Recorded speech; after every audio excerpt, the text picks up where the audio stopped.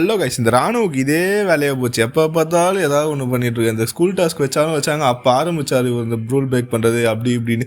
அப்போலேருந்து இவர் இதே வேலையை இந்த நாமினேஷனில் வேறு வந்துட்டாரா, ஏதாவது ஒன்று பண்ணி நாமினேஷன்லேருந்து தப்பிக்கணும்னு சொல்லிட்டு இப்போ என்ன பண்ணாருன்னா உள்ளே உட்கார வச்சு பேசியிருந்துருக்காங்க. ஏதோ வெளியே வேலை நடந்திருக்கு, ஸ்க்ரீனை போட்டு மூடியிருக்காங்க பெட்ரூம் சைடுக்கா.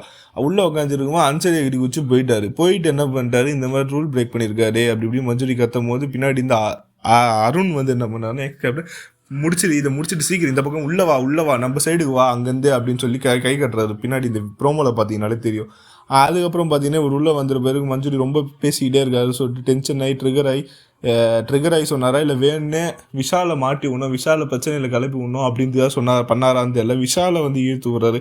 உடனே விஷால்னா, நீ எதுக்கு என்னை பற்றி பேசுகிற, உன்னை டார்கெட் பண்ணா நீ உன்னை பற்றி மட்டும் பேசு, என்னை பற்றி இதில் பேசாத அப்படின்னு டென்ஷன் ஆகிறாரு. இப்போ வந்து மஞ்சூரி வந்து பார்த்தீங்கன்னா விஷாலுக்கும் ராணவுக்கும் கொளுத்தி போட்டு போயிருக்காங்க. இது எந்த மாதிரி வெடிக்க போகுதுன்னு அடுத்த எபிசோடில் தெரியும், ப்ரோமோவில் தெரியும்.